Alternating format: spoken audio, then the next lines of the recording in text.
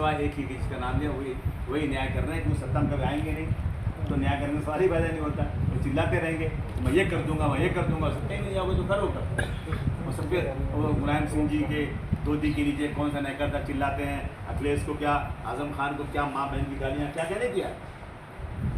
सबसे अच्छी दूध की धुली पार्टी उन्हीं की और कोई पार्टी नहीं। थोड़ा सा हाथ पीछे इमरान ऐसा भाई पीछे आओ थोड़ा पीछे। जी जी नजरान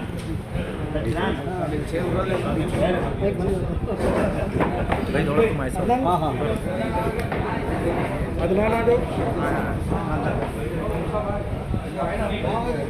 हाँ एक मिनट आ जाओ कौन है अदनान भाई? हाँ आ जाओ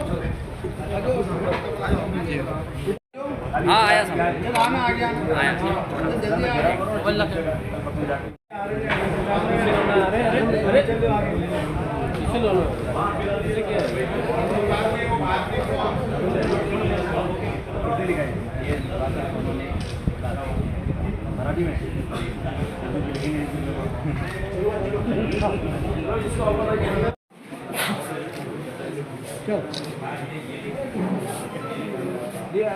ले लीजिए ना और कितना जो यहाँ राम मंदिर के सामने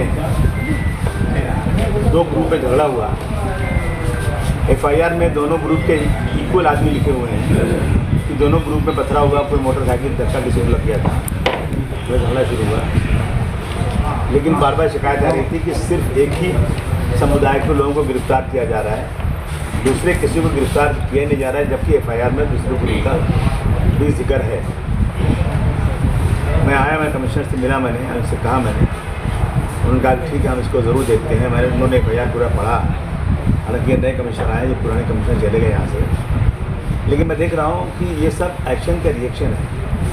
2014 के बाद से जो सरकार बनी है दिल्ली में, वो सरकार जानबूझकर इस मुल्क में हिंदू और मुसलमान करके आपस में तफरका पैदा कर रही है। हमारा मुल्क हज़ारों साल से गंगा जमुनी तहजीब का मुल्क है, हिंदू मुसलमान साथ साथ रहते हैं, कहीं कोई अंतर नहीं है। लेकिन हमारे मोदी जी ने आने के बाद उनकी हर रोज़ ये कोशिश होती है, पहले गाय बैल के नाम पे कोशिश हुई, जबकि इसी देश के अंदर बहुत सारे स्टेट में आज भी गाय की स्लॉटरिंग लीगल होती है। और मैं ये कह दूँ कि गुजरात में जहाँ इनकी सरकार है, जहाँ की ये हैं, वहाँ भी आज आरएसएस के बजरंग दल के लोग खुद ही गाय को वहाँ से पार करवाते हैं और पैसे लेते हैं। उसमें कितने मुसलमान मार दिए गए। अब लव जिहाद के नाम पर मुसलमानों को परेशान किया जा रहा है। पूरे देश में कोई भी मुस्लिम संगठन खुल करके कभी ये नहीं कहता है कि हिंदू लड़कियों को लाके आप शादी करके मुसलमान बनाओ, लेकिन वो खुलेआम कहते हैं कि हम बेटी बचाओ बहू लाओ के नाम से मुस्लिम लड़कियों को लाएंगे, उनको मुसलमान बनाएंगे और जो ये काम करेगा उसको इनाम भी देंगे। ये खुलेआम कर रहे हैं ये सब एक्शन। ये सब फिर आप जब पिछले दिनों एक जो है एक लड़का, जो क्या नाम था उसका, उसने जो एक लड़की को काट के फ्रीज में डाल दिया, क्या नाम था उसका, आफ्ताब, पूना वाला। तो आफ्ताब नाम तो मुसलमान के होता है, तो बड़े खुश हो गए लोग, एक मुद्दा मिल गया। पूरे मुल्क में आफ्ताब के नाम से क्या चिराग रही, सब मुसलमानों के ऊपर एकदम सारा का सारा बिल मुस्लिम में फट गया। सारे टेलीविज़न में, सारे अखबार में कि मुसलमान ऐसा होता है, लेकिन बाद में मालूम पड़ा कि वो मुसलमान नहीं था, वो पारसी था। उसके बाद कितने केसेस ऐसे हुए हैं जिसमें हिंदुओं ने मुसलमानों को मार के फ्रिज में डाला है, सूटकेस में डाला है, हिंदुओं ने हिंदुओं को डाला है। किसी धर्म के लोगों ने किया। ये धर्म पे लाने नहीं चाहिए इस बात को, लेकिन कोई टीवी में नहीं आया, कहीं अखबार में नहीं छप रहा है। तो ये जानबूझकर के किया जा रहा है। उसके बाद से पूरे महाराष्ट्र में सकल हिंदू समाज विद्रोह रैली निकल रही है, आक्रोश रैली। मैं पूछता हूँ, मैंने सीएम से पूछा हाउस में, बोला आक्रोश किसके ऊपर है? पूरे महाराष्ट्र आक्रोश किस लिए निकल रहा है? जो आपने शुरू किया आफ्ताब पूना वाला, वो तो मुस्लिम था ही नहीं। उसके बाद बहुत सारे हिंदुओं ने भी ऐसा काम किया है, बहुत सारे दूसरे धर्म के लोगों ने किया है, लेकिन पूरे महाराष्ट्र में 20 से 25 रैलियाँ हुई और ऐसा खुलेआम कानून का मजाक उड़ाया गया है कि मुसलमानों को मार देना चाहिए, इनको देश से निकाल देना चाहिए, हिंदू राष्ट्र बना देंगे हम, मुस्लिम लड़कियों को लाएंगे, बुर्के वालियों को लाएंगे, न जाने कैसी कैसी बातें की गई। और दरगाह पे जा कर के बंदूक लगा करके मारा गया है, धुआं कर दिया, और हम बर्दाश्त कर रहे हैं। रैली निकाल कर हमारी मस्जिदों के सामने आकर के डीजे बजा रहे हैं। मस्जिद के लोग कहते हैं मैं प्लीज़ अजान का टाइम हुआ है, तो कहते हैं अजान बंद कर दो, और घुस करके मस्जिद में मौलाना को मारते हैं और जा कर के मीनार के ऊपर गेरुआ झंडा भी लगा दे रहे हैं। मैं समझता हूँ ये सब्र का पैमाना लबरेज हो रहा है। जो यहाँ हुआ ना वो एक्शन का रिएक्शन ही है। रोज़ाना ये करोगे तो आदमी कितना बर्दाश्त करेगा। एक कमज़ोर बिल्ली को शेर दौड़ाता है ना, तो बिल्ली सोचती है कि अब मैं इसके पंजे में आके मर जाऊंगी, एक बार जो हमला करती है फिर मरती है। तो एक्शन का रिएक्शन होता है। हमने देखा बहुत नाइंसाफ़ी हुई यहाँ पर। इस मुद्दे को मैंने पहले भी असेंबली में उठाया था, और अभी भी जाकर मैं होम मिनिस्टर से मिलूंगा, डीजी से मिलूंगा।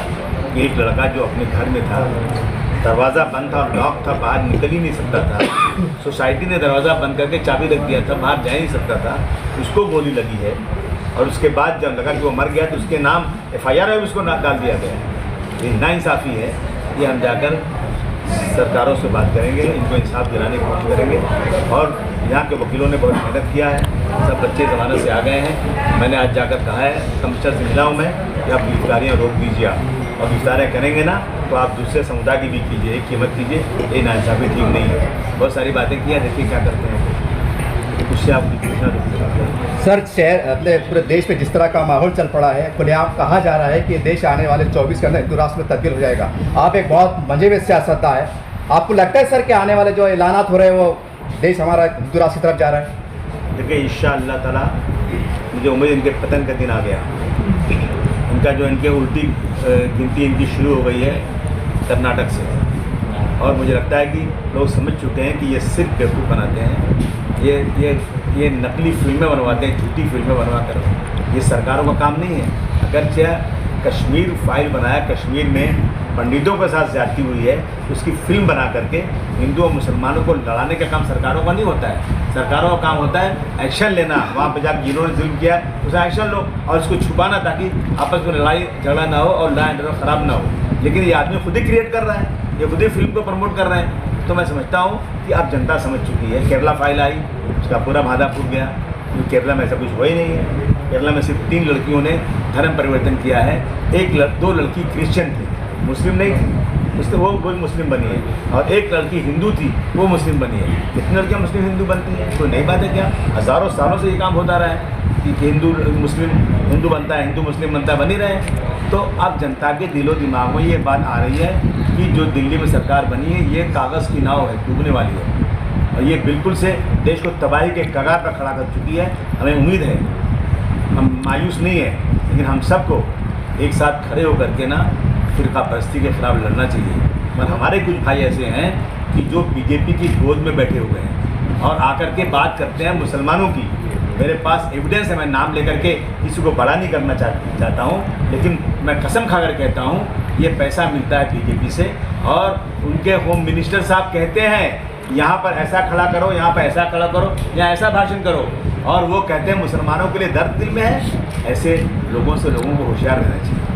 अच्छा भाई, कर्नाटक इलेक्शन के बाद महाराष्ट्र गवर्नमेंट भी, महाराष्ट्र में अपोजिशन अघाड़ी उनकी ये मीटिंग हो रही है, इसमें आपको क्या लगता है कि जो है आपका हिस्सा कितना रहेगा? मेरा कोई हिस्सा नहीं रहेगा तो भी चलेगा, लेकिन मैं इस देश से फ़िरका परस्ती खत्म करना चाहता हूँ। नहीं, आप समझ रहे हैं। तो भाई जो है महाविकास अघाड़ी जो है सीट के बंटवारे को लेकर जो है कल से जो है मीटिंग शुरू हो चुकी है, तो समाजवादी पार्टी कितना सीट करेगी? मैंने कहा ना कि मुझे कोई सीट नहीं मिलेगी, चलेगा, पार्टी छोटी हो चलेगा, लेकिन देश से फ़िरका परस्ती ख़त्म होना चाहिए। मैं फ़िरका परस्ती ख़त्म करने के लिए सारी कुर्बानी देने को तैयार हूँ। मैं हर तरह से बीजेपी, और जो लोग बीजेपी का शिवसेना भी, जिन्होंने औरंगाबाद का नाम बदल दिया, 3 ही नाम है, बर्दाश्त नहीं होता है इनको। जिससे कोई पूछा है सीतापुर नाम कब पड़ा था, मुगलों ने रखा था सीतापुर का नाम, वहाँ पे है आज भी। और उनसे पूछो कि जो है रामपुर किसने कब पड़ा था नाम, रामपुर नाम मुगलों के ज़माने में पड़ा था। उनसे पूछो अयोध्या कब बसा था, मुगलों ने रखा था। हिंदुस्तान नाम किसने रखा था? सब पूरे देश में, यहाँ से ये संपूर्ण भारतवर्ष, अफगानिस्तान से लेकर बर्मा तक, हिंदुस्तान तक किसके ज़माने में था? यहाँ की GDP क्या थी? 24% थी, आज क्या है? 4% पे है। ये बात करते हैं लोग, तो ऐसे लोगों को उखाड़ के फेंकना ज़रूरी है। ये सीट कितनी मिलेगी कितनी नहीं मिलेगी जाने दीजिए, लेकिन मैं जितने लोग हैं उनसे गुजारिश करना चाहता हूँ कि अपना फ़ायदा मत देखो, देश का फ़ायदा देखो। देश रहेगा तो सब रहेंगे। आसिम में महाराष्ट्र में आपका महाविकास आघाड़ी तो समर्थन है, इनडायरेक्टली हमने ये समझना है ना, वहाँ समर्थन इसलिए है कि बीजेपी उधर है ना, इसलिए है और नाराज़गी भी है बहुत ज़्यादा। नाराज़गी इसलिए भी है कि इन्होंने आकर औरंगाबाद का नाम बदला, इन्होंने आकर के उस्मानाबाद का नाम बदला और बहुत गर्व कर रहे हैं इनको। मैंने कहा कि जब मैंने बार बार एक शेर पढ़ता हूँ मैं कि पुराने शहरों के नाम बदलने से क्या होगा, नया कोई शहर बसाओ तो कोई बात बने, तुम बनाओ और योगी जी की अम्मा का, मोदी जी की अम्मा का, उनके अब्बा का, उनके दादा का सब नाम रख दो, मुझे कोई फ़र्क नहीं पड़ता। लेकिन मेरे पुरखों के नाम को मिटाना, जिन्होंने जो इस देश को लूट कर नहीं बल्कि इस देश को सोने की चिड़िया बनाने वाले थे, तो जो है उनके नाम को मिटाकर तुम सिर्फ हिंदू मुस्लिम करके सत्ता में रहना चाहते हो, शायद तुम्हारा ख्वाब ख्याल पूरा अब नहीं होने वाला है, बहुत दिन हो गया। सर, हम सोशल मीडिया पे देख रहे हैं यूपी में अतीक और अशरफ की जो हत्या हुई, हाँ से आरोप भी लग रहे हैं बीजेपी पे कि वो हत्या को लेकर देश के मुसलमान पे खौफ करने की पॉलिसी, क्या ऐसा अंजाम हो सकता है? ऐसे आरोप भी लग रहे हैं, क्या कहते हैं, क्या कहेंगे इसके ऊपर खुल के? देखिए ऐसा है ना कि जो लोग भी बीजेपी को सपोर्ट में हैं, जो मजबूत मुसलमान हैं, जो बीजेपी के खिलाफ जा सकते हैं, सेकुलर हैं, ऐसे लोगों के खिलाफ आज जो है ना जो सरकार बैठी हुई है कहीं न कहीं से उनको तकलीफ देने का काम कर रही है। मैं समझता हूँ कि जो उनके साथ जो हुआ अतीक अहमद के साथ में, देखिए अतीक अहमद के साथ में कोर्ट ने सज़ा दे दिया था, उनको उम्र कैद की, कोर्ट उनको पकड़ती, उनको सज़ा देती, उनको फांसी देती, कोई बोलता नहीं, कोई नहीं बोलता।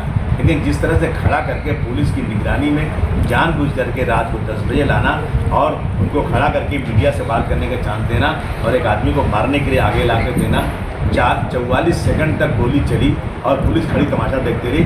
मैं समझता हूँ ये खुलेआम देश के अपना कॉन्स्टिट्यूशन की धज्जियाँ उड़ाई जा रही हैं। इसकी मैं नहीं बल्कि पूरी दुनिया मुखालफत कर रही है, इसका अपोज होना चाहिए और मुसलमानों के साथ तो जुर्म हो ही रहा है। कौन दूसरी बात ये कि अभी जो हाजी जाने वाले हैं पूरे ऑल इंडिया से, महाराष्ट्र में जो है 88,000 रुपये का इजाफी किराया देना पड़ रहा है।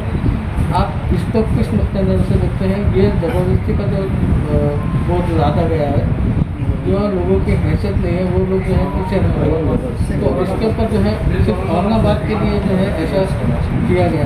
देखिए ऐसा है कि पहले हज सब्सिडी ख़त्म की गई, हज सब्सिडी हम भी टैक्स देते हैं, हम भी इस मुल्क के रहने वाले हैं, और उसके बाद जो आज भी कुंभ मेले पे 4-4, 5-5 हज़ार करोड़ रुपया सरकारें दे रही हैं। जो सरकारें तीर्थ यात्रा में जाने के लिए 50-50 हज़ार रुपया एक लोगों को देती हैं।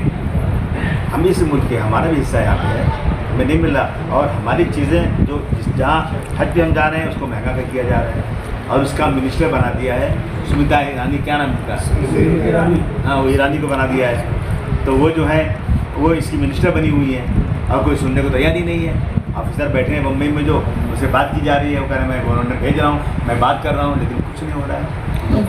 लेकिन ये महाराष्ट्र का मसला 88,000 का जो मसला जो खड़ा किया गया, ये महाराष्ट्र का औरंगाबाद का है बस, और आप जो है भाई महाराष्ट्र का मसला नहीं है, ये सेंट्रल गवर्नमेंट का मसला है। इसका फैसला महाराष्ट्र सरकार नहीं करेगी, इसका फैसला सेंट्रल गवर्नमेंट करेगी। सेंट्रल गवर्नमेंट को जो इसके हज के चीफ ऑफिसर बैठे मिस्टर याकूब नाम का, उनको मेमोरेंडम दिया जा चुका है। सर 2024 के जो चुनाव आने वाले हैं, कई मुस्लिम नुमा पार्टियां जो मुस्लिम नामों से जानी पहचानी जाती है, क्या आपको लगता है कि अगर इस तरह की पार्टियां हमारे वजूद में आई और मैदान में आई 2024 में, तो यहाँ के हमारे लोकशाही है उसको नुकसान पहुँचेगा? बहुत बड़ा नुकसान पहुँच गया यूपी में समाजवादी पार्टी की सरकार बनते रह गई, कहीं 300 वोट से, कहीं 500 वोट से, कहीं 1000 वोट से, कहीं 2000 वोट से, कहीं 4000 वोट से, थोड़े लोगों ने। और आप जाइए, सच्चाई ये है कि बीजेपी के पास बहुत फंड है, वो सत्ता में है। उनका जब वो मोदी जी आए थे तो कितना उनके पास बैंक में क्या बैलेंस था पार्टी का, अब कितना 1000 करोड़ आप देख लो। तो ये लोग जो है ना हमारे लोगों को बुलाते हैं और बिठाते हैं, चाय पिलाते हैं और कहते हैं भाई तुम इस सीट पे खड़े हो जाओ, तुम इस सीट पे खड़े हो जाओ। तो वो बोलता है हमारा पैसा नहीं है। बोले कितना लगेगा? बोले 50 लाख लगेगा। बोले लो हमसे पैसा लड़ो इलेक्शन। आप जाओ बीजेपी के दफ्तर में शाम को देखना हमारे लोग बैठे रहते हैं, चाय पीते हैं, पैसा देते हैं और खड़े होते हैं 500, 1000, 2000, 4000 वोट काट करके बीजेपी को जिताकर तालियां बजाते हैं। अगर ऐसे ही होगा तो फिर क्या होगा? ये जो मुस्लिम नाम से पार्टियां हैं ना, वो मौलाना अबुल कलाम आज़ाद साहब ने कहा था कि मुस्लिम नाम से कोई पार्टी नहीं बनना चाहिए। अगर आज मुस्लिम पार्टी देश में कोई मजबूत है तो एक पार्टी बदरुद्दीन अजमल की है आसाम में, उनके पास MP ज़्यादा है, MLA ज़्यादा है उनके पास। एक पार्टी और है मुस्लिम लीग, केरल में सरकार में रहती है, उनके पास MLA ज़्यादा है, लेकिन वो अपने आप को मुसलमानों को लीडर करके पूरे देश में वोट काटने नहीं जाते। कुछ लोग अपने आप को मुसलमानों को लीडर करके जाते हैं और खड़े होते हैं, जीरो होता है, एक सीट नहीं आती है, लेकिन थोड़ा थोड़ा वोट लेके भाषण करके हमारी जो सेकुलर वोटों को बंटवारा कर देते हैं, बड़े खुश हो जाते हैं। सर एक आज